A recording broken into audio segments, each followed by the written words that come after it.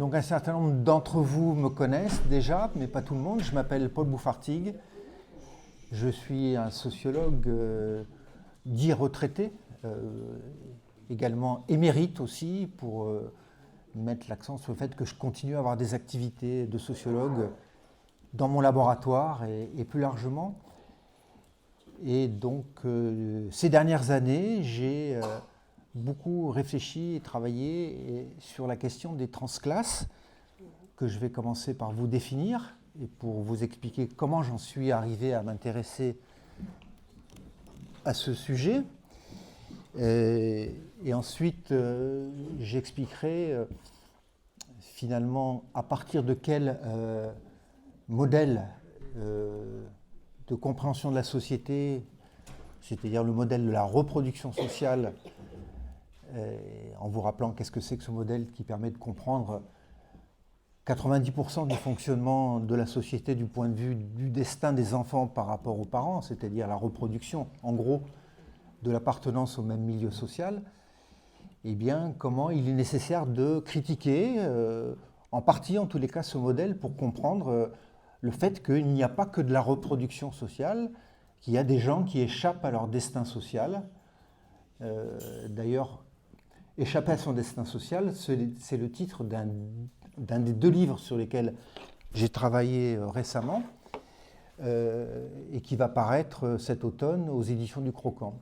Échapper à son destin social, comprendre, saisir les destins improbables. C'est le sous-titre du livre et je vous expliquerai un peu ce qu'il y a dans ce livre tout au long de ma conférence, sachant que ce livre prend la suite d'un premier livre qui est en fait un récit de vie d'un ami à moi, qui s'appelle Julien Pelletier, qui est un vrai transclasse, originaire du Québec, originaire d'une famille très très pauvre, où le papa était bûcheron et un peu alcoolique, et où il y avait beaucoup d'enfants dans cette famille, qui est une famille qui vivait au départ dans une misère noire.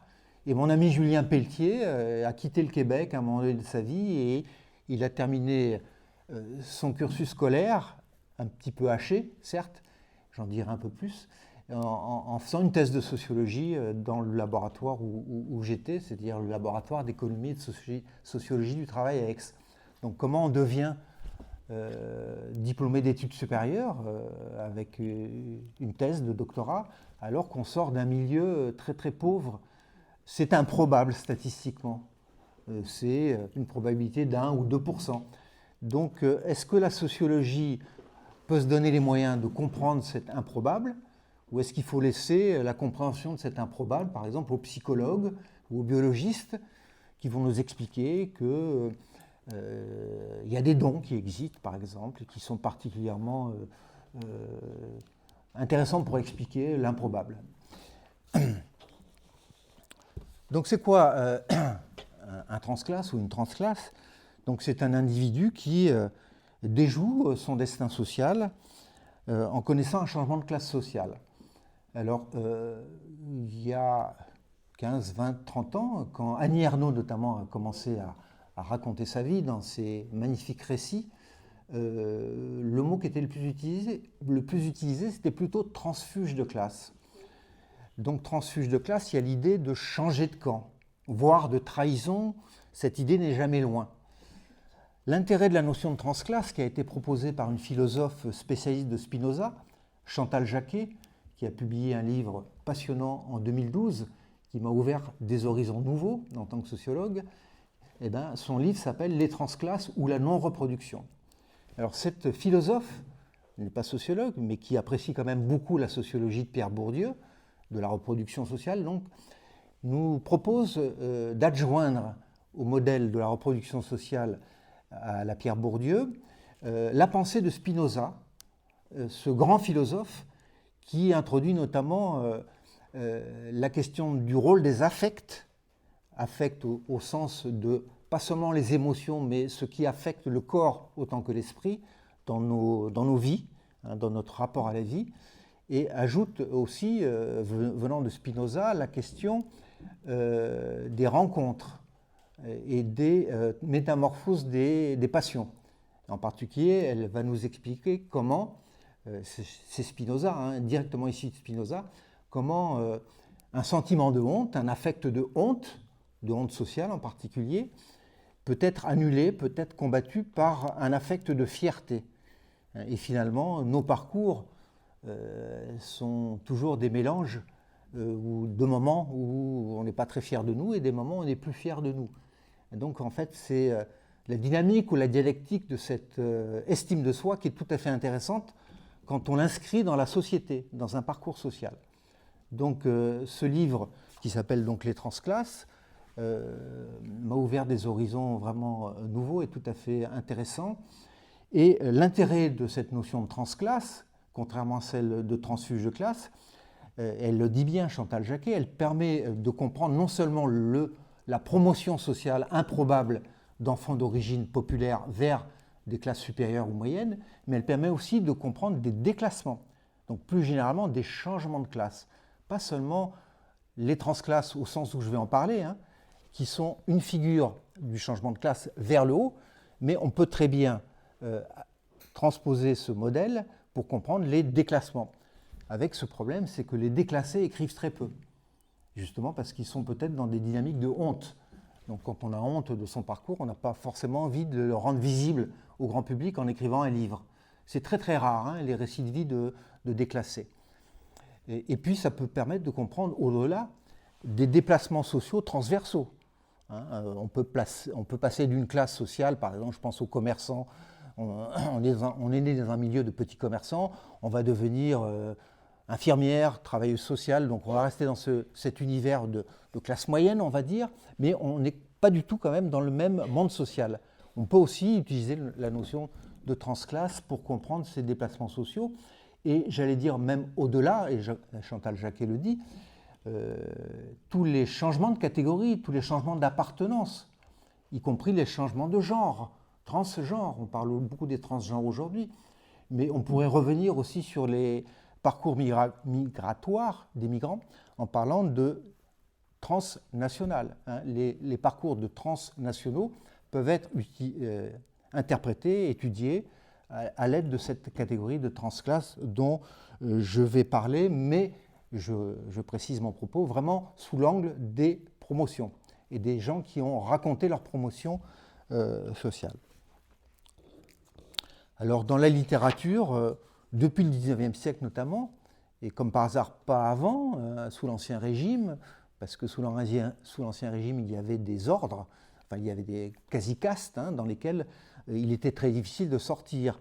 La possibilité de changement d'univers social, elle est quand même beaucoup introduite par le passage du féodalisme au capitalisme, et avec toute l'idéologie qui l'a accompagnée, c'était une idéologie de l'individu, en possibilité, en capacité de se déplacer dans la société. Hein, vous savez à quel point l'idéologie de la méritocratie et de la possibilité de mobilité sociale est au fondement hein, de nos valeurs, de nos croyances. Hein, personne, enfin je veux dire, ça irait tout à fait à l'encontre de l'idéologie dominante, y compris libérale, l'idée que chacun soit enfermé dans son appartenance initiale. Hein, donc ça c'est très important. Et vous voyez apparaître au XIXe siècle et au XXe siècle, du côté de la littérature, des récits qui mettent en scène ce phénomène. Par exemple Stendhal avec Le Rouge et le Noir. Par exemple Jack London avec Martin Eden. Par exemple Paul Nizan avec Antoine Boyer. Hein, donc voilà, on pourrait aussi faire un travail d'histoire de la littérature pour voir comment les écrivains, peu à peu, mettent en scène des phénomènes en particulier de promotion sociale forte. Et qu'est-ce que les écrivains en font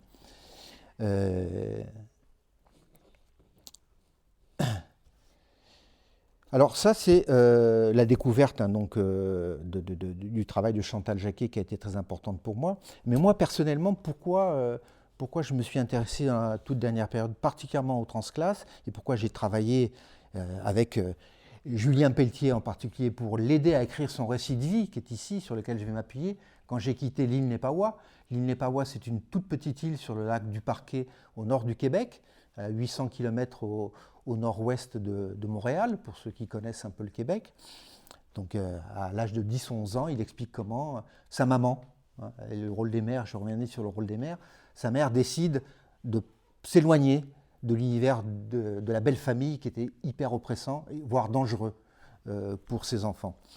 Et donc cette image un peu de la mère de Julien Pelletier qui le prend par la main, qui prend tous ses enfants par la main et qui quitte cette petite île, qui est en fait une presqu'île de Nepawa, pour les amener dans un bourg qui est beaucoup plus important, et où il y a, parce que sur l'île Nepawa, il y a quelques dizaines de familles, c'est vraiment un tout petit microcosme. Donc il y a un enfermement géographique, un enfermement social très important, et donc il y a ce phénomène de départ, de fuite, d'émancipation qui commence à l'île Nepawa, d'où le titre proposé par Julien, Quand j'ai quitté l'île Nepawa. Il se trouve que moi, pendant toute ma carrière de sociologue, j'ai surtout collecté des histoires de vie, avec cette idée que, étant sociologue du travail et des professions, pour comprendre le rapport que chacun entretient à son travail et à sa profession, il faut d'abord commencer par comprendre d'où il vient et avec quel bagage il arrive dans ce groupe professionnel ou dans ce métier, et qu'est-ce qu'il en attend ou qu'est-ce qu'il n'en attend pas. C'est beaucoup le produit de ce que les sociologues appellent la socialisation, c'est-à-dire ce qui s'est passé avant en termes d'incorporation, de valeurs, d'idéaux, de désirs, de références. Alors, d'une part, j'avais ce bagage d'avoir toujours été passionné par les histoires de vie, pas seulement de transclasse, mais les histoires de vie en général. Et puis d'autre part, j'ai eu l'opportunité avec Julien Pelletier donc, de dire, bon, ton parcours est un parcours spectaculaire de transclasse, on va essayer de comprendre ensemble dans un dialogue avec lui comment ça s'est produit. Donc tu vas raconter ta vie, et à partir de ces matériaux d'histoire de vie qui est la tienne, on va réfléchir sur qu'est-ce qui a permis ton parcours en termes de transformation sociale qui ont été celles que tu as connues au Québec dans les années 50, 60, 70, etc., desquelles je dirai un mot tout à l'heure. Et puis on s'est dit, bon, on va essayer de publier non seulement ton histoire de vie, mais la réflexion socio-historique sur ton histoire de vie. Il se trouve que l'éditeur avec lequel on était en contact était intéressé par le récit de vie, mais pas par l'analyse socio-historique de son récit de vie. Donc on a publié son récit de vie parce qu'on a eu une opportunité de le faire très vite, et chez un éditeur, Julliard, qui est un éditeur de qualité. Et puis après, on est resté un peu le bec dans l'eau avec cette partie d'analyse socio-historique du parcours de Julien Pelletier. Qu'est-ce qu'on va en faire? On s'est dit, pour pouvoir le publier, il va falloir faire une analyse plus large d'autres parcours de transclasse. Et là, on a regardé ce qui a été publié, ce qui était facile d'accès pour nous, c'est-à-dire des matériaux autobiographiques ou autosociobiographiques d'écrivains, de sociologues, principalement de sociologues comme Pierre Bourdieu lui-même, qui est un transclasse, vu de loin en tous les cas, ou Didier Ribon, ou Richard Hogarth, etc. Bref, on avait pas mal de sociologues. Et pourquoi on avait pas mal de sociologues? Parce que les sociologues transclasses, par définition, ou plus exactement les transclasses par définition, ayant franchi plusieurs frontières sociales, ils ont une connaissance plus étendue du social et des inégalités sociales et de la domination sociale que quelqu'un qui serait resté dans son univers social toute sa vie. Et d'ailleurs, je pense que dans une certaine génération de sociologues, il y a une surreprésentation des transclasses qui ont une acuité sociale, sociologique particulière. Et moi qui ai discuté pendant des heures et des heures avec mon ami Julien Pelletier, j'ai bien vu à quel point sa sensibilité sociologique exacerbée était liée à son parcours social, était liée au fait qu'il connaissait de l'intérieur le monde ouvrier, et qui maintenant il connaît de l'intérieur le monde de la petite bourgeoisie intellectuelle, et qu'il a traversé différentes séquences, différents étages du système éducatif, au cours duquel on fréquente d'abord des gens qui vous ressemblent, et puis peu à peu des gens qui ne vous ressemblent pas, et puis ça vous fait violence, parce que ce n'est pas les mêmes manières de parler, ce n'est pas les mêmes manières de sentir, de s'habiller, etc. Voilà pourquoi j'en suis venu à m'interroger et à travailler sur cette question de la non-reproduction sociale. Donc, le premier point de mon exposé, c'est qu'est-ce que c'est que la reproduction sociale, et comment on l'explique, notamment avec le modèle théorique de Pierre Bourdieu, qui est quand même une référence centrale aujourd'hui. on va dire dans la sociologie critique française et même internationale, hein, et je ne jette pas le bébé avec l'eau du bain. Hein. Pierre Bourdieu, c'est quelqu'un qui compte pour moi. Mais en même temps, j'ai toujours dit, Pierre Bourdieu n'explique pas tout. En particulier, la pensée de Pierre Bourdieu bute sur la difficulté d'expliquer les 10 ou 20% d'exceptions qui confirment la règle de la reproduction. Comment expliquer ces 10 ou 20% en ne se contentant pas de dire c'est l'exception qui confirme la règle, hein, c'est insatisfaisant. Donc je pense qu'il faut, et je vais essayer de vous montrer, comme quoi on peut rester sociologue et arriver à expliquer la partie de non-reproduction des destins sociaux. Alors, je ne vous assommerai pas de chiffres, la reproduction sociale se poursuit, elle est massive.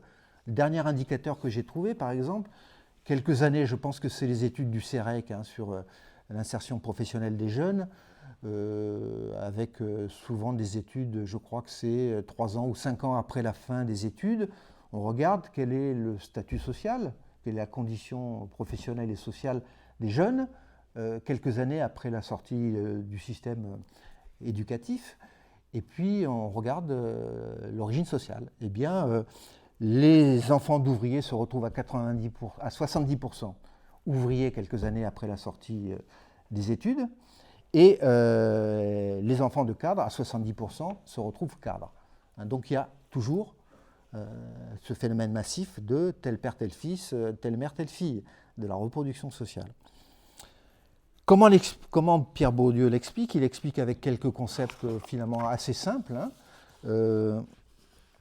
Les concepts d'habitus, on a peut-être déjà entendu parler, le concept de domination ou de violence symbolique, et les concepts de capitaux, capital économique, capital culturel, capital social. Donc quelques mots sur ces concepts clés de Pierre Bourdieu. Peut-être que dans les années qui viennent, j'aurai l'occasion de faire un cours de sociologie à l'UPPA, puisqu'on est en train de réfléchir à la mise en place de cours à côté des conférences. Hein. Il y aura sans doute dès l'an prochain un cours d'économie, peut-être un cours d'ethnologie et peut-être plus tard un cours de sociologie. Donc l'habitus, c'est quoi?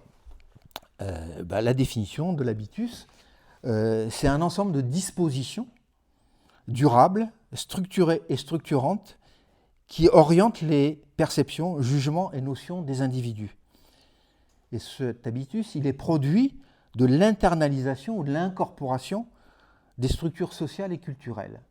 Et ça se joue pendant ce qu'on appelle la socialisation primaire, c'est-à-dire quand on est petit enfant ou enfant. On baigne dans un milieu familial, social, à partir duquel on incorpore un certain nombre de dispositions ou de prédispositions, qui sont des systèmes d'attitude, des systèmes de goût, des systèmes de valeurs, des modes de comportement. Bref, c'est très très complet, hein, qui se reproduit à ce moment-là. Et c'est quelque chose chez Bourdieu qui est à la fois très solide et relativement cohérent. Hein, c'est-à-dire que la manière dont on va se comporter dans un domaine de la vie, par exemple la consommation, par exemple le rapport au travail, par exemple le choix du conjoint, tout ça, ça va faire système, hein, parce que l'habitus est au principe de tous ces choix. Hein, quel que soit le domaine dans lequel vous avez l'impression de faire des choix, catégorie qu'on peut beaucoup discuter, notamment qui est rejetée hein, par la sociologie de Pierre Bourdieu, quel que soit le domaine, on est mobilisé, on est motivé, on est mu par cette logique de l'habitus qui, malgré vous, vous amène à faire aussi ce que dit souvent Bourdieu, de nécessité vertu. C'est-à-dire, ce qui vous semble nécessaire devient forcément valorisé et valorisant. Il y a aussi une formule qui est très fréquente dans la langue de Pierre Bourdieu, c'est l'idée du probable qu'on incorpore. On incorpore le probable comme quelque chose de nécessaire. Ce qui est probable devient aussi vertueux. Et c'est là que ça coince pour moi et pour pas mal d'autres, c'est-à-dire qu'en réduisant la vision de la société aux probables statistiques notamment, hein, il raisonne beaucoup à partir des statistiques, on occulte l'improbable. Or, il y a de l'improbabilité et il y a du possible. Hein, et il faut introduire, sans nier la dimension du probable et du plus fréquent, il faut introduire la notion de possible pour comprendre à la fois les parcours individuels et les dynamiques sociales. Si on n'introduit pas cette notion de possible, on est enfermé dans une espèce de logique mécanique où on ne comprend pas le changement qui peut intervenir ou l'événement qui peut intervenir, improbable. Par définition, un événement est improbable. Alors, la domination, la violence symbolique, c'est aussi une clé de compréhension chez Pierre Bourdieu. En gros, ce sont tous les mécanismes, en dehors de la violence physique ou de la coercition physique, si vous voulez, puisque on est bien sur le plan symbolique et culturel, ce sont tous ces mécanismes-là qui participent de la légitimation de votre situation sociale, en particulier quand vous êtes dominé.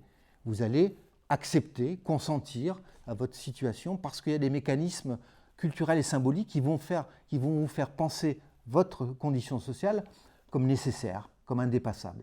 C'est ça la violence symbolique. On va pouvoir en prendre des exemples au cours de l'exposé. Donc c'est l'idée de naturalisation. On en parle souvent avec André, qui est dans la salle, la question de la naturalisation de l'ordre social, des inégalités sociales, de la domination sociale, qui n'est pas pensée comme domination, justement parce qu'elle semble naturelle. Ça fait partie de l'ordre des choses. Ce n'est pas modifiable, c'est naturel. C'est le social naturalisé.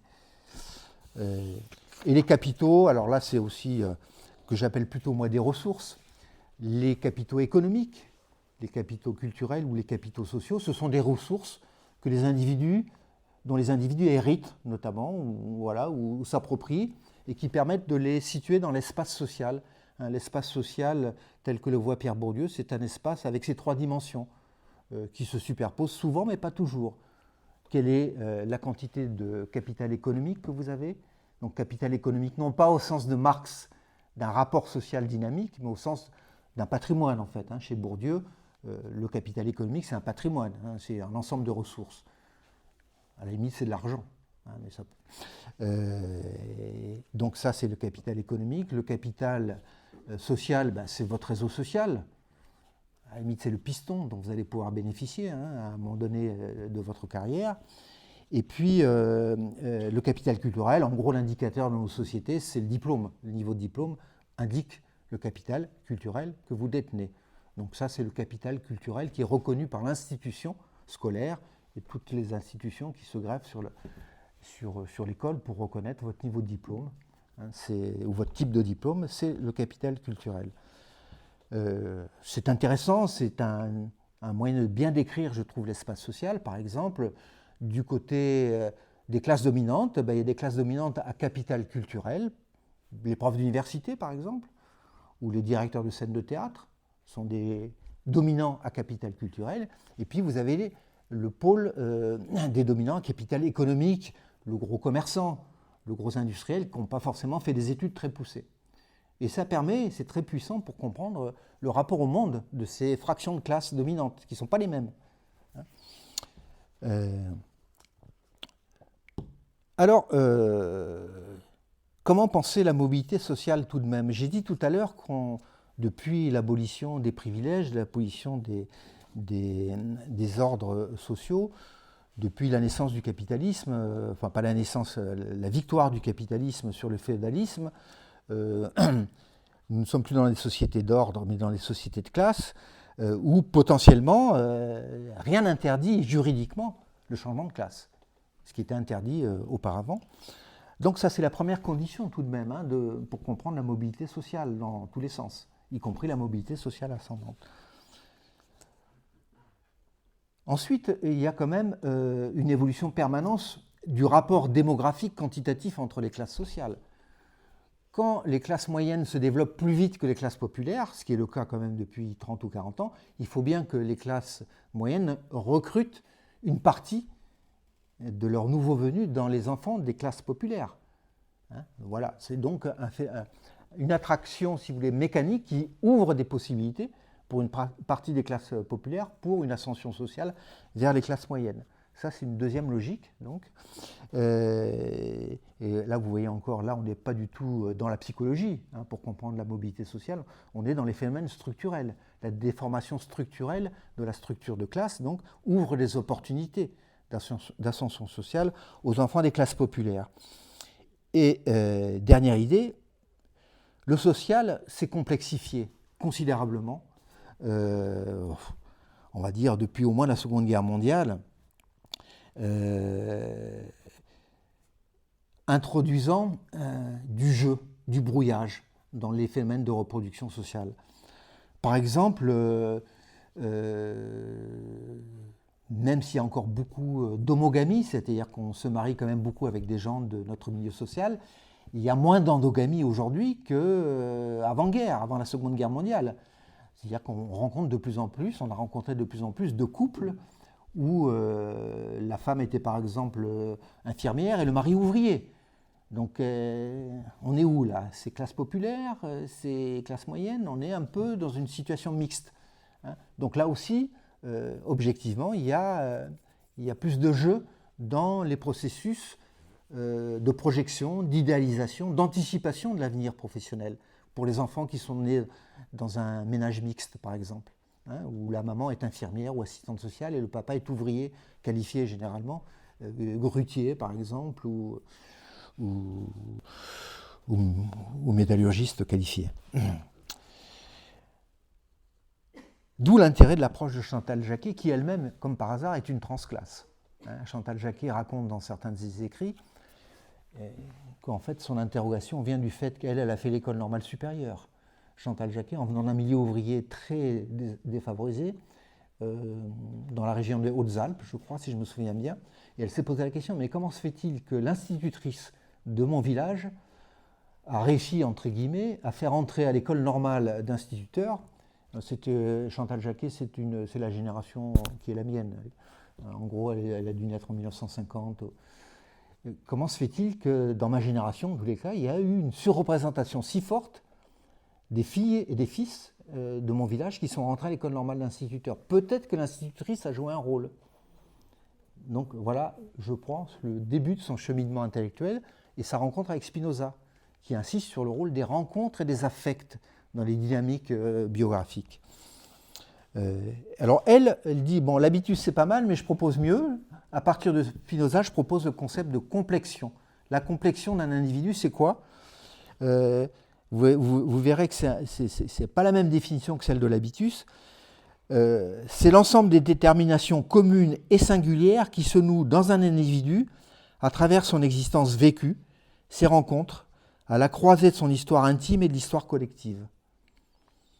Donc ce qui l'intéresse, c'est comment se tisse l'histoire intime et l'histoire collective. L'histoire collective n'est jamais indépendante de l'histoire intime, mais ça se tisse, ça s'entrecroise. Hein, et elle ajoute, les habitus sociaux, à la Bourdieu, sont inclus dans une combinatoire plus vaste et plus complexe, où il faut faire intervenir l'enfance, l'histoire familiale, la place dans la fratrie, l'orientation sexuelle, la vie affective, les relations amicales et amoureuses. Tout ça, c'est à intégrer dans l'examen d'une trajectoire, et en particulier dans une trajectoire de neuroproduction.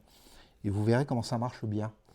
Hein, et donc les affects aussi, hein, donc j'ai dit les affects, c'est en particulier l'ensemble des modifications physiques et mentales.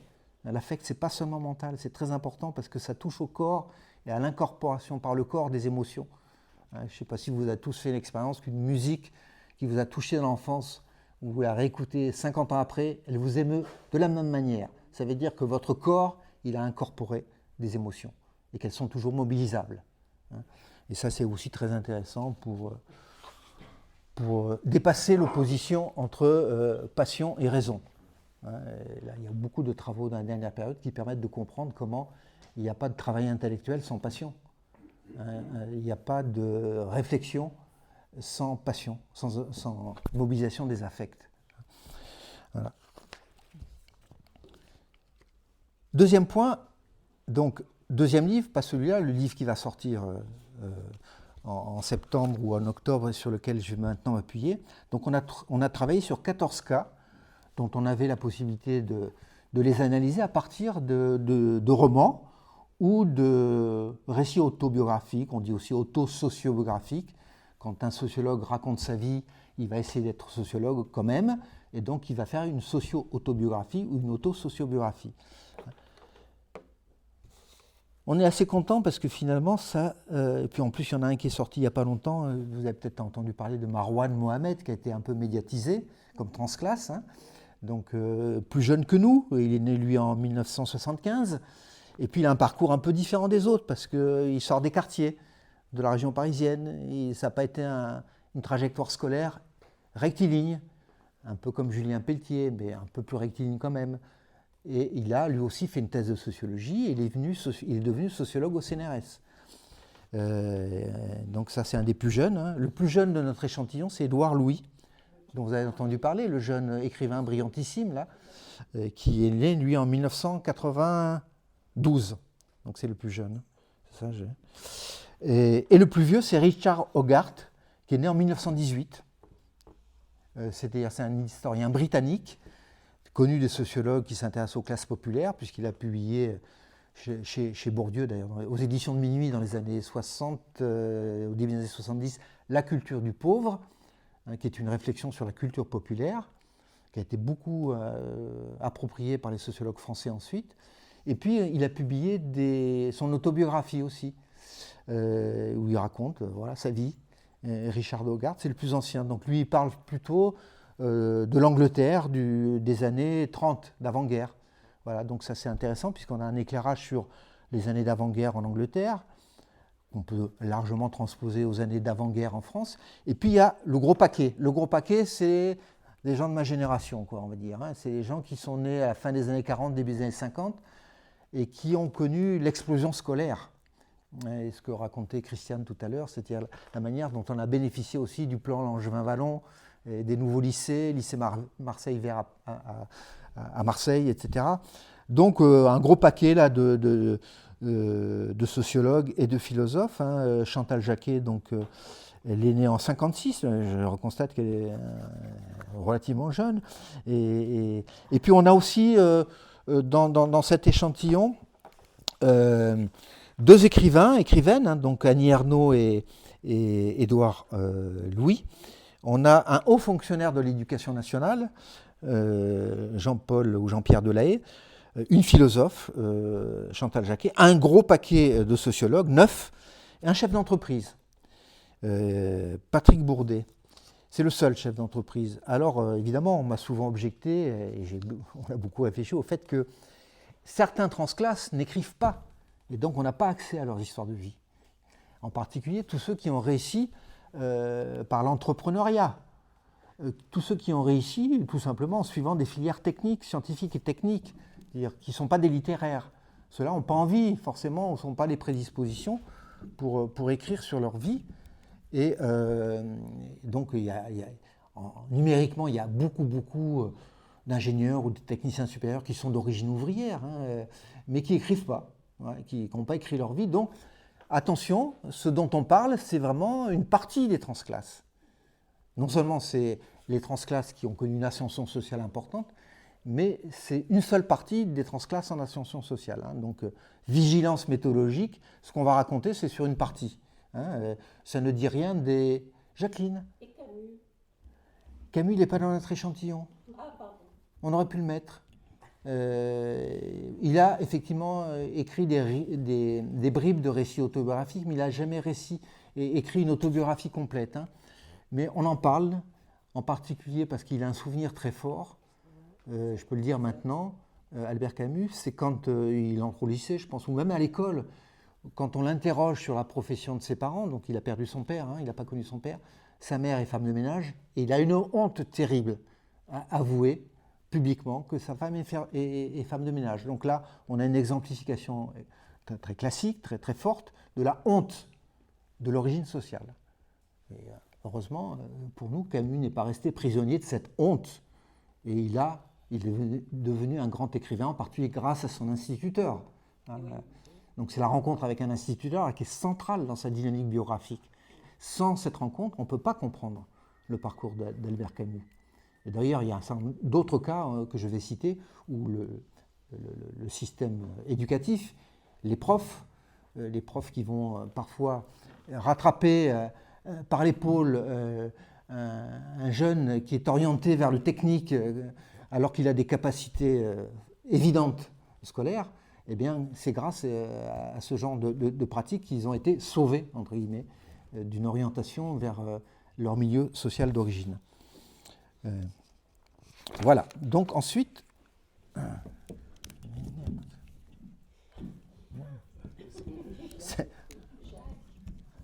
j'ai envie de le prendre à la main. Parce que... Non, ça va, je vais parler comme ça. Enfin... Alors, comment expliquer ces parcours improbables? Eh bien, en nous appuyant sur Chantal Jacquet, mais en essayant d'aller un peu plus loin qu'elle d'ailleurs, à travers tous ces exemples, on a identifié en gros 6 processus qui permettent d'échapper au probable. Et donc, je les cite, si vous avez envie de prendre des notes, et puis après, je vais les développer les uns après les autres. Les héritages ne sont jamais faits uniquement de misère. C'est une critique qui a souvent été faite à la pensée de Pierre Bourdieu, c'est une vision misérabiliste des classes populaires, comme si les classes populaires n'étaient définissables que par le manque, par le moins. Moins de capital économique, moins de capital culturel, moins de capital social. Non, ce n'est pas toujours le cas. Il y a aussi, alors plus globalement, on peut critiquer la vision misérabiliste des classes populaires. C'est le fameux débat entre vision misérabiliste ou vision populiste. La vision populiste, c'est la vision inverse qui consiste à glorifier un peu l'appartenance aux classes populaires comme étant très positive, étant associée à une culture spécifique, qui n'est pas la culture bourgeoise, qui n'est pas la culture légitime, mais qui donne une positivité à la culture populaire ou aux cultures populaires au pluriel. Donc, premier point, la question, regardons de près de quoi sont faits les héritages. Ils ne sont jamais faits que de négatifs. Et ça va nous amener au deuxième point, c'est-à-dire qu'est-ce que les parents investissent dans leurs enfants? Et souvent, les parents, en particulier les mères, on verra, investissent des projets qui sont liés à leur propre histoire et ce sont des projets de réparation. On a été frustré d'un échec, d'un espoir inadvenu et on va transmettre la mission à un, deux ou plusieurs enfants de réussir là où on n'a pas réussi. Mécanisme psychosociologique, on pourrait dire, mais qui est fondamental dans ces processus. Le troisième processus dont j'ai déjà un peu parlé, c'est la dynamique des affects, c'est-à-dire comment on sort de la honte pour devenir fier à certains moments de ce qu'on fait, et comment se développe une dynamique positive d'estime de soi, de croyance en ses capacités, de reconnaissance, etc. Ça se joue beaucoup, ça c'est le quatrième point, dans l'école. Donc qu'est-ce qui va se jouer positivement dans l'école? Le cinquième point, c'est le rôle des rencontres, des bonnes rencontres on pourrait dire, parce qu'on peut aussi faire des mauvaises rencontres au cours de sa vie qui vont vous faire plonger dans des situations un peu défavorables. Là, c'est des bonnes rencontres. Et puis, on insiste beaucoup avec Julien Pelletier sur le rôle des contextes culturels et politiques. C'est-à-dire que nous ne sommes pas des individus qui vivons dans le ciel des abstractions. On vit dans des sociétés en mouvement, des sociétés qui sont parfois travaillées par des grands bouleversements brutaux, historiques. Et là, je prendrai en particulier l'exemple du mouvement contre-culturel ou du mouvement hippie, qui a été structurant pour Julien Pelletier et pour d'autres. Ou alors les grands mouvements politiques, en l'occurrence par exemple pour la génération dominante là, dans notre corpus, les événements de 68, les années 70, comment ça a participé à mobiliser positivement vers d'autres horizons un certain nombre de transclasses.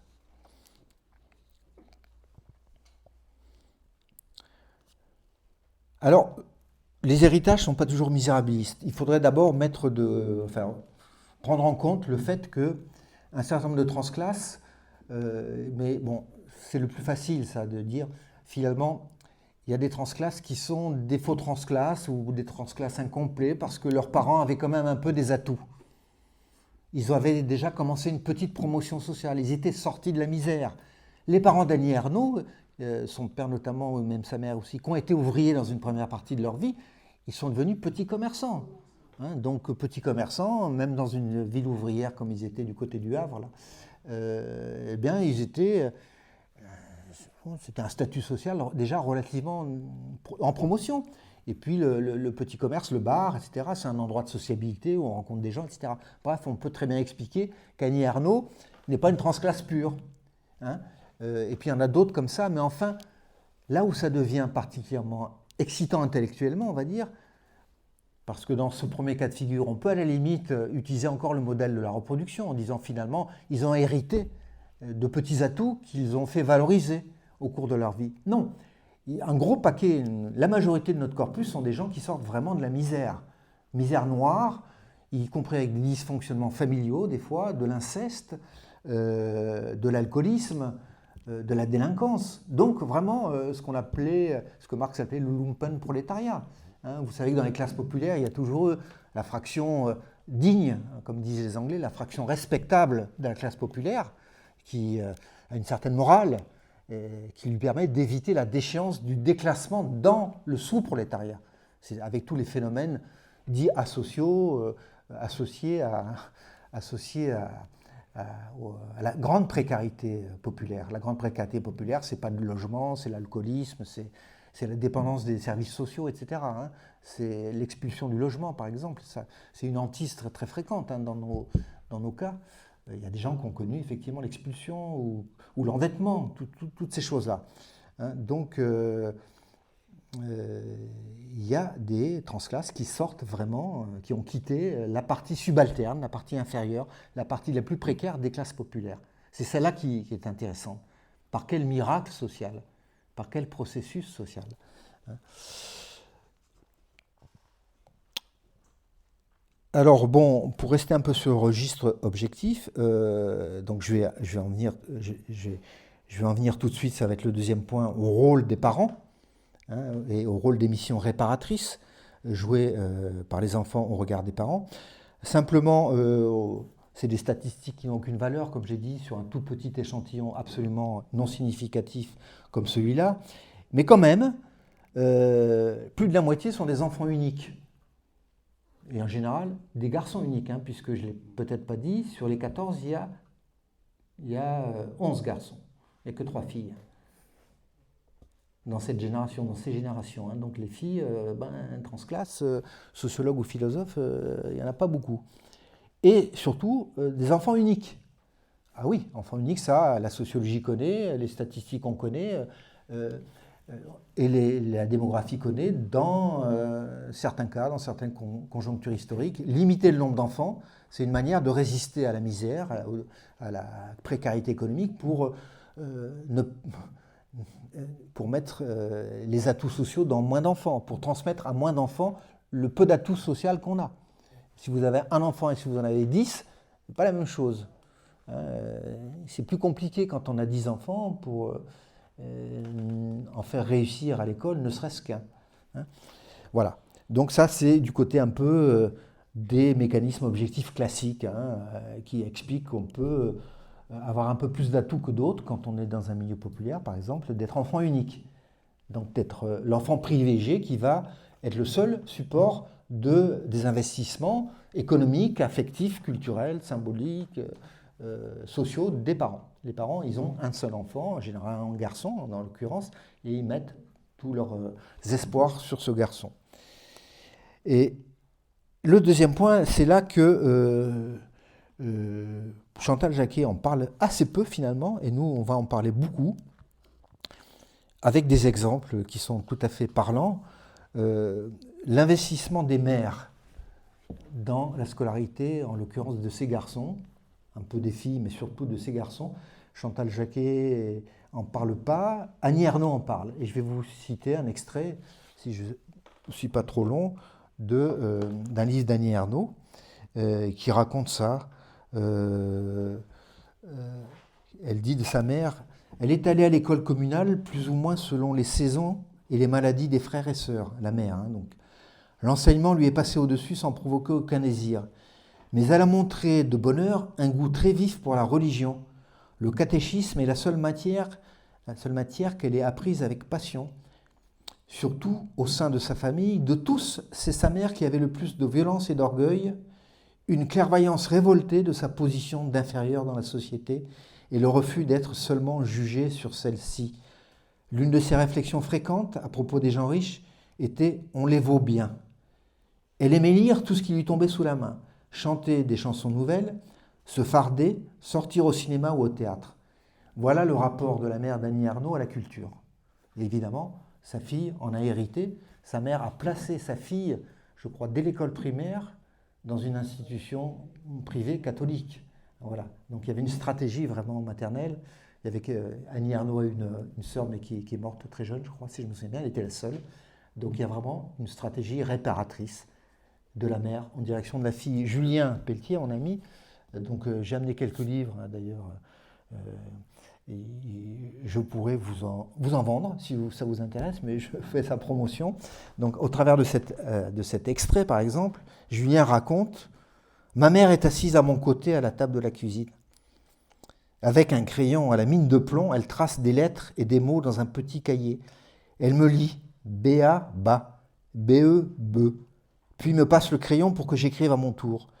Je suis heureux d'apprendre à lire et à écrire, de partager avec elle ce moment de complicité. » Donc ce souvenir qui mêle amour maternel à la découverte d'une puissance d'agir personnelle, hein, c'est-à-dire c'est à la fois des affects très forts, le rapport à la mère, et à la fois, dans le même mouvement, la découverte d'une puissance d'agir, puisque apprendre à lire et à écrire, c'est apprendre à maîtriser un peu plus le monde qui nous entoure.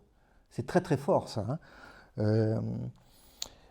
Donc elle-même, cette maman de Julien, aurait bien aimé poursuivre sa scolarité au-delà du cycle primaire, comme certaines de ses sœurs ont pu le faire, mais elle en a été empêchée pour des raisons tout simplement matérielles. Il n'était pas possible pour elle, économiquement, d'aller à l'école, mais par contre, elle était frustrée de ne pas avoir été plus loin, et Julien a hérité positivement de cette frustration.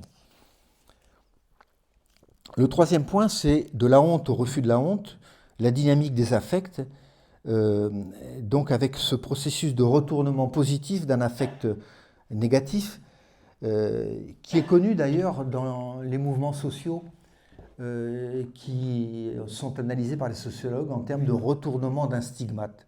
Donc le stigmate négatif qui est porté par exemple sur les homosexuels pendant très très longtemps, s'est retourné en fierté gay.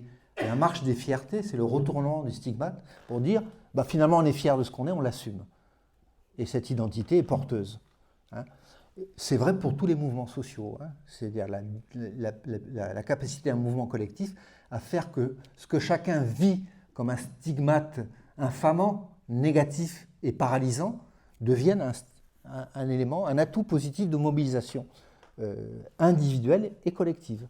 Hein. Donc il y a le registre social du retournement de l'affect ou du stigmate, et il y a le registre personnel, et là on a toute une série de témoignages de honte. Ils sont tous passés par une honte dont ils sont, pour certains, jamais sortis. La honte est un titre d'un livre d'Annie Ernaux, hein, qui raconte comment, la raccompagnant tard à son domicile, une enseignante de son école privée, en compagnie de 2 ou 3 élèves, découvre la mère d'Annie Ernaux, je cite, hirsute, muette de sommeil, dans une chemise de nuit froissée et tachée. Je venais de voir pour la première fois ma mère avec le regard de l'école privée. Dans mon souvenir, cette scène qui n'a aucune mesure avec celle où mon père a voulu tuer ma mère, donc c'est quand même aussi un autre souvenir très honteux et très douloureux chez Annie Ernaux, m'en paraît le prolongement, comme si à travers l'exposition du corps sans gaine, relâché, et de la chemise douteuse de ma mère, c'est notre vraie nature et notre façon de vivre qui étaient révélées. Il me semble que tout ce qui a suivi pendant l'été a été confirmation de notre indignité. Il n'y a que nous qui sommes ainsi. Donc vous voyez la force de ce sentiment de honte, c'est-à-dire ce sentiment d'être démasqué dans une fragilité essentielle aux yeux des autres, eh bien ça marque très très fortement la plupart de nos récits de transclasse.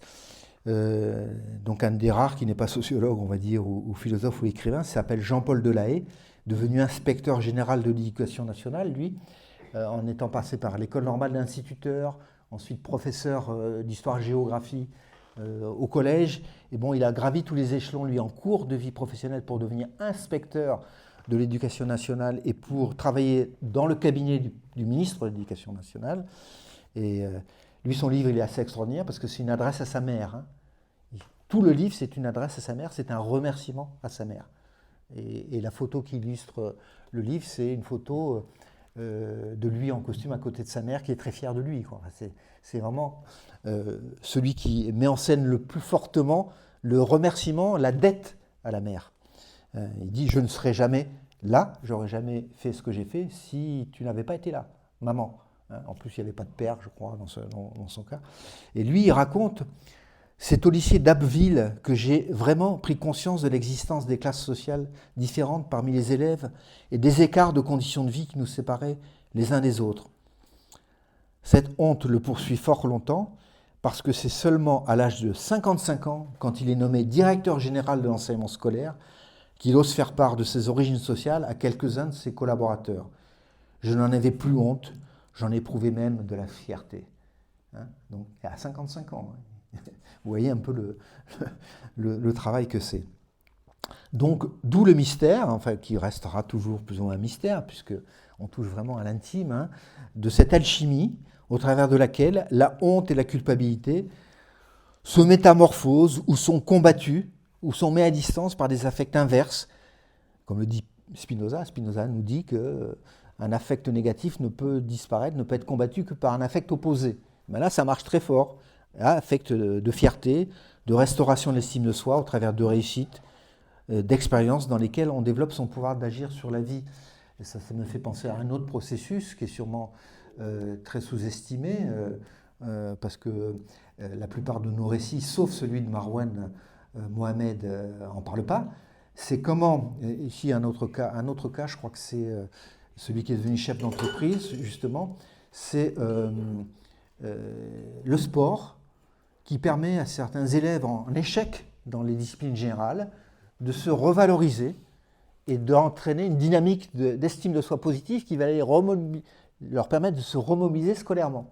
Hein, comme s'il y avait un transfert possible, et je crois qu'il y a un transfert possible, des dynamiques positives d'estime de soi, d'un domaine, le sport, là dans un domaine d'apprentissage, par exemple du français, des maths, etc.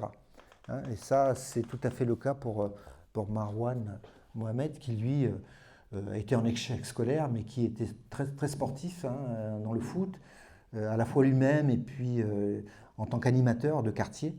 Et donc il raconte ça très bien dans son livre, comment ça l'a remobilisé scolairement et comment il s'est dit non, c'est pas possible, il faut que je passe mon bac et que j'aille à l'université, quoi. Je peux le faire.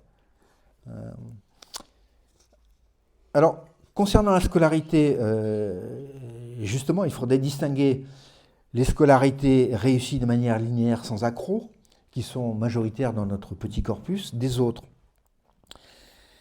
Mais tous, quand ils racontent en détail leur expérience scolaire, leur vécu scolaire, montrent combien ça a été problématique. Ça a été problématique notamment au moment où ils découvrent l'altérité sociale. Ils découvrent, notamment au lycée, hein, au primaire, il n'y a pas beaucoup de mixité sociale, mais au lycée, par exemple, ils commencent à voir qu'ils sont pas que des enfants de leur milieu populaire, mais qu'il y a aussi des petits bourgeois.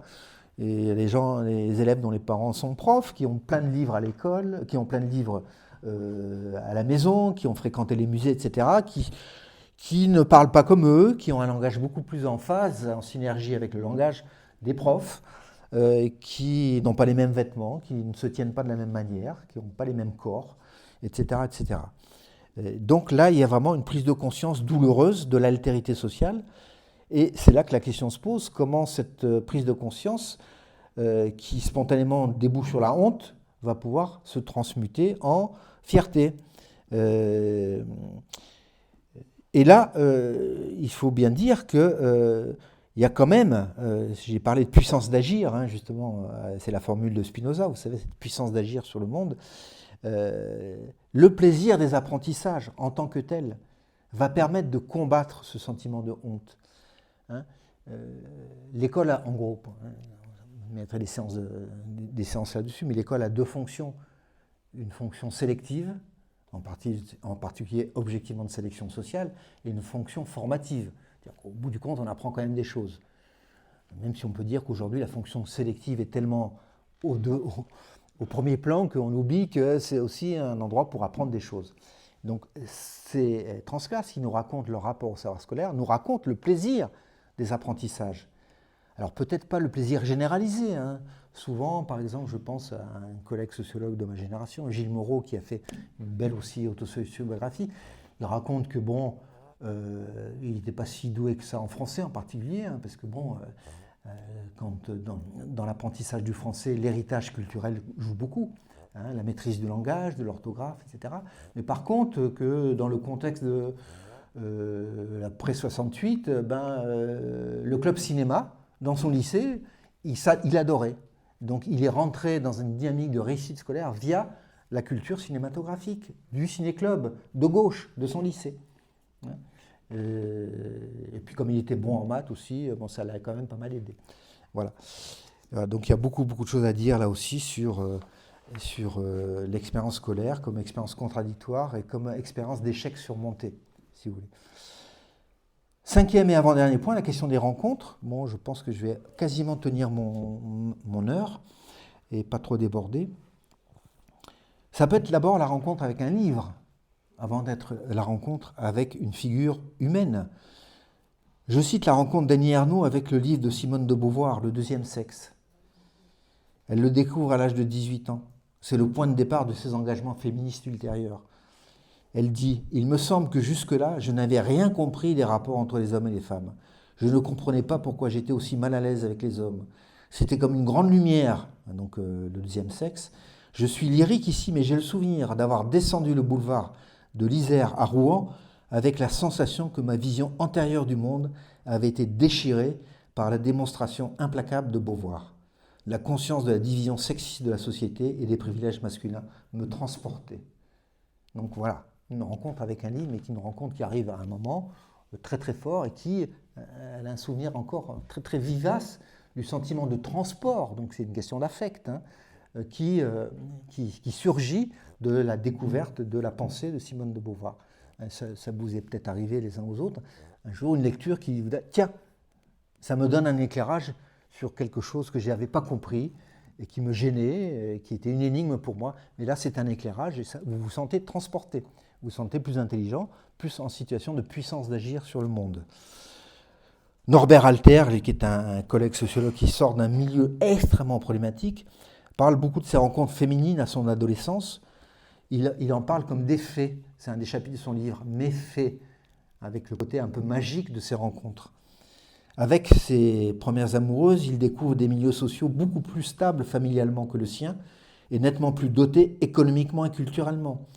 Il éprouve alors la joie de pouvoir être reconnu et aimé dans sa singularité. Sans mes amis, eux, de quelque milieu qu'elles aient été, je n'aurais jamais pu me sortir de ma galère sociale. Voilà, un autre modèle de rencontre. Et pour terminer, les grands mouvements culturels et politiques. Alors, l'effet peut être très indirect des grandes transformations sociales. Par exemple, l'évolution du système scolaire qui, à un moment donné, ouvre des portes à certains. C'est Rosemarie Lagrave, une autre collègue, qui n'est pas dans notre corpus, qui est dans notre corpus, je suis bête. Rosemarie Lagrave qui a écrit une superbe auto-sociobiographie qui m'a donné l'idée d'interpeller Julien sur la sienne, tellement elle est réussie, puisque ce n'est pas seulement un récit autobiographique, c'est aussi une enquête sur sa famille, sur ses parents, sur ses frères et sœurs, sur ses instituteurs, sur sa directrice d'école. Donc c'est une enquête sur le contexte qu'elle a connu. Et elle parle très bien de la manière dont le système des bourses, pour sa génération, était tout à fait décisif pour pouvoir rentrer au lycée quand on était issu d'un milieu défavorisé économiquement. Donc il y a tous ces mouvements un peu invisibles et insensibles, mais qui objectivement ouvrent des portes aux transclasses. Et puis il y a les mouvements culturels et politiques conscients. Et là, donc j'ai dit tout à l'heure, il y a par exemple deux exemples. Je vais parler de celui de Julien Pelletier et du mouvement hippie, qui a été apparemment particulièrement puissant au Canada et au Québec, peut-être plus puissant que chez nous, et puis plus généralement des transformations historico-culturelles au Québec, dont on a beaucoup parlé avec Julien en comparaison avec la France. Je ne sais pas si certains d'entre vous connaissent un peu l'histoire du Québec, mais j'ai tendance à dire que, notamment du point de vue de l'emprise de l'Église sur les vies, le Québec a vécu une révolution en 10 ans, en quelques années, qu'ils appellent la révolution tranquille, parce qu'il n'y a pas eu de révolution politique, mais c'est quand même une révolution socioculturelle très très forte, qui correspond à une centaine d'années d'évolution en France, c'est-à-dire la laïcisation de la société, c'est-à-dire le recul de l'emprise de l'Église catholique sur l'école, sur les familles. C'est absolument impressionnant dans le Québec des années 60-70, la manière dont le pays s'est métamorphosé. Et Julien, né en 53, il est pris dans cette métamorphose. Et il montre très bien d'ailleurs que cette métamorphose, elle est très positive sur le fond. Hein, c'est la massification de l'enseignement qui lui permet de rentrer au collège puis au lycée, ce qu'on appelle le cégep dans un premier temps là-bas. Et puis, mais c'est en même temps une période de bouleversement tel que dans les familles populaires en particulier, on perd complètement ses repères et on risque de basculer vers la grande précarité parce qu'on prend des drogues, parce qu'on déborde de la délinquance.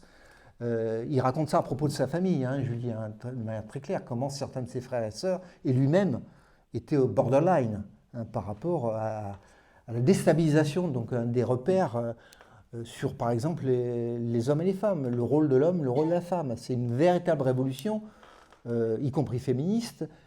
C'est une révolution en termes des rapports entre générations. Qu'est-ce qu'on a le droit de faire à quel âge? Donc les repères moraux, les repères de conduite s'effondrent, sont bouleversés. Et donc il y a une grande déstabilisation des repères. Et bon, il y en a beaucoup qui arrivent à s'en sortir, à rebondir dans cette déstabilisation, mais il y en a beaucoup qui plongent, c'est-à-dire qui sont paumés. Ça veut dire psychiatrisation, ça veut dire délinquance, tous ces phénomènes-là qui ne sont pas indépendants des transformations sociales hein, du tout. Donc en quelques mots, Julien Pelletier, qui grâce à la rencontre d'un enseignant dont le profil lui ressemble, c'est-à-dire c'est un ancien ouvrier, mais qui enseigne la psychologie, la sociologie et la philosophie dans son cégep, mais qui est en même temps metteur en scène, animateur de radio. Il s'appelle, on l'a appelé Jeff dans son livre, donc il y a une fascination de Julien pour ce prof. Ce prof le coopte dans son équipe de recherche alors qu'il n'a que 20 ans. Et là, il y a une rencontre très très forte, pour pas dire plus, qui se joue et qui va dynamiser Julien, qui n'avait aucune idée de la possibilité de continuer plus tard à l'université, avant la rencontre avec ce prof. Et puis il y a d'autres facteurs, puisque c'est jamais un facteur unique, c'est multicausal tout ça. Il arrête ses études, Julien, il a besoin de travailler, il a envie de travailler, il a envie de gagner de l'argent. Il est hors de question pendant un long moment de reprendre des études. Il est hippie. Alors, en tant qu'hippie, voilà ce qu'il raconte. Il décide de venir en Europe, en France en particulier, avec un billet d'aller simple. J'ai pourtant un objectif précis, à terme, séjourner dans des ashrams en Inde, un certain temps, afin d'être meilleur ou plus fort intérieurement. Mais auparavant, je veux vivre des expériences, je veux voir du pays, faire des rencontres, me libérer. Un peu partout au Québec, des jeunes s'engagent dans des nouvelles expériences de vie, communauté, libération sexuelle, centre de spiritualité orientale, découverte des drogues, développement de la presse underground, coopérative d'alimentation naturelle, art de la rue. Je dévore des magazines du mouvement contre-culturel. Donc Julien vient dans un premier temps faire la route en Europe, en France en particulier, en Grèce, etc. Et puis il va aller en ashram, en Inde, où il va être à deux doigts de se perdre dans cet univers sectaire où on perd prise sur sa propre vie. Il raconte ça dans son livre, comment il est au bord de la dépersonnalisation dans cette secte et comment il échappe à l'emprise du gourou par une prise de conscience brutale qu'il est en train de devenir fou, quoi. De plus savoir qui il est. D'ailleurs, en rentrant dans la secte, on le baptise d'un autre nom. Hein, il a changé de nom. Donc c'est très très fort. Hein. D'ailleurs, ça me fait penser que Édouard Louis aussi change de nom, par exemple. Hein. Quand on est au point de changer de nom, ça veut dire que la mutation identitaire a été très très loin. Hein, et que ça pose quand même des problèmes. Et Édouard Louis le raconte de manière très sincère dans un de ses derniers livres. Hein. Il est dépendant des antidépresseurs. Hein. Il est vraiment en grande souffrance, hein, Édouard Louis, bien qu'en grande réussite sociale, littéraire et tout, reconnu par dans le monde entier comme un grand écrivain à l'âge de 25 ans, issu lui-même du sous-prolétariat, d'un sous-prolétariat violent, un père violent, etc. Il raconte ça très bien. Donc tout ça pour dire qu'il peut y avoir de la casse, de la casse psychologique très forte. Ça peut être le mouvement féministe, là j'ai parlé du mouvement contre-culturel, du mouvement hippie. Donc après cette expérience, je ne vous dévoile pas la fin complètement, mais Julien va passer quelques années à se chercher, à se découvrir au travers de ses expériences et à prendre goût de plus en plus pour le savoir. Et il va revenir à l'université, en particulier à l'Université du Québec à Montréal. Et puis ensuite, il va faire des études de gestion parce qu'il veut, comme il le dit, connaître les idées et les outils de l'ennemi de classe à McGill. McGill, c'est la grande école de gestion de management à Montréal, où sont tous les enfants d'anglophones, des élites anglophones. Et il va dire, je veux aller là-bas pour pouvoir combattre avec leurs outils pour ma classe. Et pour devenir consultant, mais au service des syndicats. Donc c'était ça son projet initial. Et puis l'appétit vient en mangeant. Après, il veut faire une thèse de sociologie. Et c'est comme ça qu'il arrive en France. Entre-temps, il a rencontré une Française, une Avignonnaise, etc. etc. Ça peut être donc le féminisme, ça peut être l'engagement politique.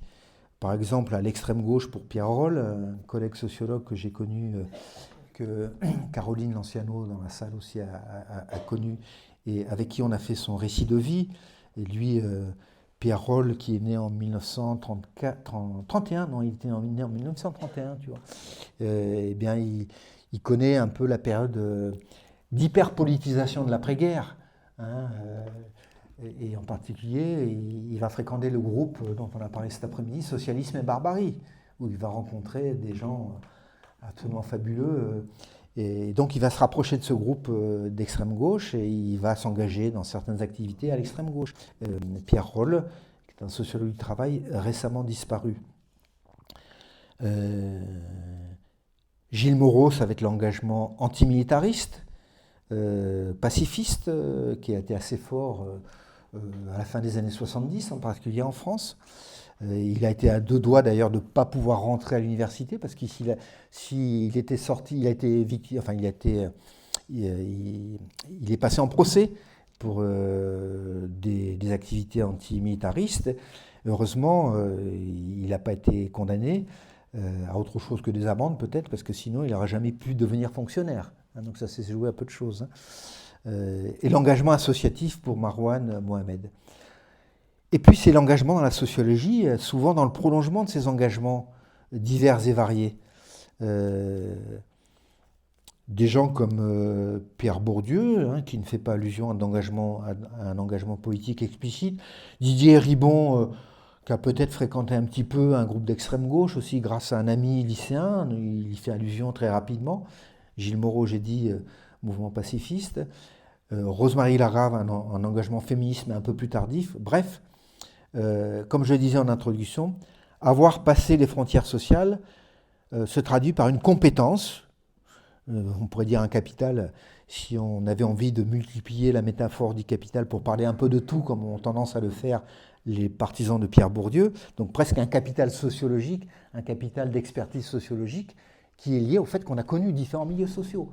Donc on sait ce que c'est que des inégalités, on sait ce que c'est que la violence symbolique, on sait que ça ne fonctionne pas de la même manière dans tel et tel milieu social, donc on est plutôt prédisposé à devenir un bon sociologue. Voilà, donc en conclusion, comment se traduit tout cela dans le vécu des transclasses une fois arrivés dans la nouvelle classe? Ça aussi c'est une grande question. La première interprétation la plus simple, c'est l'habitus clivé. C'est-à-dire, c'est les personnes qui ont un double héritage, si vous voulez, qui ont l'héritage initial, populaire, et qui ont fait avec leur nouveau milieu social et avec les compétences qui permettent de se manier, de se mouvoir dans le nouveau milieu social, par exemple d'universitaire. Et donc, il y a un habitus clivé et un sentiment de déchirement, et voire de trahison. C'est-à-dire, finalement, je ne suis pas bien, je suis bien nulle part. Je ne suis pas bien quand je reviens dans mon milieu d'origine, puisque je ne suis pas que classe populaire, et je suis mal dans mon milieu d'arrivée, puisque je ne suis pas qu'un petit bourgeois universitaire, par exemple. Je suis les deux, je suis tiraillé, et donc je suis le cul entre deux chaises. Je suis dans un malaise qui est lié au clivage de mon habitus. Ça, c'est le modèle d'interprétation qui marche bien pour pas mal d'entre eux, et qui marche bien notamment pour Pierre Bourdieu qui parle de ça, pour Didier Ribon qui parle de ça, Édouard Henry aussi sans doute. Pour d'autres, l'hybridation, parce que c'est une question d'hybridation, hein, est-ce qu'on est capable d'hybrider ces deux références culturelles? L'hybridation peut être plus réussie, elle peut même nourrir des capacités de caméléon, c'est-à-dire une capacité à se mouvoir dans une diversité d'espaces sociaux, dans une diversité de mondes sociaux. Et là, on est à l'aise, apparemment, en tout cas, un peu partout. Donc, nous, avec Julien, on a beaucoup discuté de ça, notamment de lui. Lui, il ne vit pas de manière aussi aiguë que Didier Ribon, qu'Édouard Louis ou que Pierre Bourdieu, ce déchirement. Donc, on a cherché à comprendre pourquoi on arrive plus ou moins à hybrider les différents univers, les ressources issues des différents univers qu'on a fréquentés. Et donc là, c'est un petit peu compliqué de l'interpréter, savoir d'où ça vient. C'est peut-être une question de recherche pour la suite. Et puis tout ça, et Chantal Jacquet a cet intérêt, notamment elle vient de ressortir un livre qui est complètement sur le versant, on va dire, politique des conclusions de sa réflexion sur la non-reproduction. Contrairement à une interprétation, j'en ai parlé un petit peu, qui vient immédiatement à l'esprit pour expliquer les phénomènes de transclasse, c'est-à-dire le phénomène du mérite individuel, de l'effort individuel, ou du don, ou des dons, etc. Ou finalement une conclusion politique qui consistera à dire, vous voyez, c'est pas la peine de changer la hiérarchie sociale, puisqu'il y a de la fluidité sociale. Donc voilà, finalement, c'est pas si mal que ça, notre société. Non, Chantal Jacquet, elle met sa réflexion au service d'une compréhension, d'une interrogation sur qu'est-ce que ces parcours nous permettent de penser en termes collectifs de possibilités de transformer la société. C'est ça qui est intéressant. Donc, ce qui est possible et imaginable au travers des processus que j'ai évoqués à l'échelon de parcours singulier, pourquoi ne pas imaginer que ce soit transposable à l'échelle collective, politique. Et c'est là qu'on tombe sur un autre champ de questionnement, c'est à quelles conditions. Par exemple, j'ai parlé des phénomènes sociaux, des mouvements sociaux qui avaient la capacité de retourner les stigmates, c'est un premier exemple de transposition du personnel au collectif de ces processus de subversion, on peut dire, de l'ordre social par le retournement du stigmate, mais ça peut être aussi comment, dans des dynamiques sociales, dans des dynamiques de mouvements sociaux et politiques, l'idée d'un autre possible peut émerger, peut se solidifier, et je crois que c'est l'énorme question devant laquelle on est en ce moment, et sur laquelle on travaille avec quelques-uns qui sont dans la salle, c'est-à-dire réintroduire l'espace des possibles dans nos sociétés qui sont quand même pas mal paralysés par l'absence d'alternatives possibles. Je vous remercie pour votre attention qui a été très grande.